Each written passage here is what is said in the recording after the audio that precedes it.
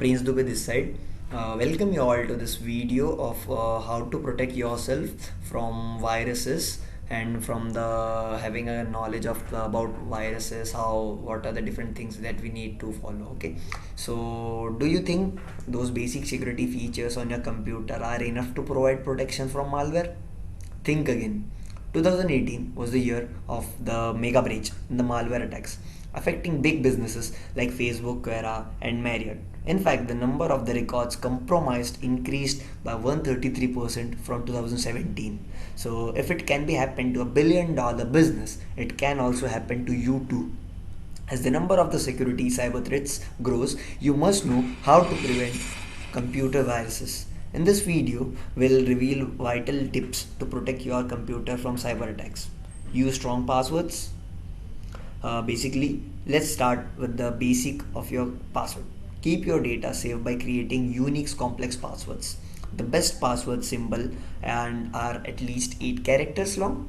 The most commonly used passwords in the cyber world are also worst, as it was according to 2018. The top three were like 123456 and the PASSWORD, that's password, then 12345678 9, and people wonder why we are having the number of breaches every year. While we are on the topic, avoid using the same username password combinations across multiple sites. If a hacker can access just one site, you have left the door open widely for the rest. Second is update. Keep everything up to date. Another basic step to take it, make sure you have the latest version of all the software installed on your device. Why is this so important? Because update includes features designed to withstand at least security threats. If you are operating a system from 3 years ago, it's defenseless against many viruses from malware developed in the interim. Make it a habit to install all the new software updates as you soon become available. Price antivirus software. So antivirus software can act as a vaccine against a virtual viruses. So it can identify and eliminate the threat before you are even aware of it. Microsoft Security Essentials and Avast are both free antivirus programs you can install. There are also host paid options, although experts debate whether the extra cost is really worth it or not. So that's a big question to each and everyone's mind. We should go with that or we should follow our own. So the next is basically we have to use a firewall. Using antivirus program doesn't automatically means you have a firewall. Macs and PCs both can be pre-installed firewall software. Make sure it's enabled and to provide extra layer of the protection from viruses and a malware to a particular interim environment. So you will be protected after using the particular firewall. The next is be aware of the phishing scams. 32% of the reported security breaches begin with the phishing scam. This appears in email from under the guise of a legitimate company. The goal is to get you either entire personal information or click on an affected link that allow access to your particular computer.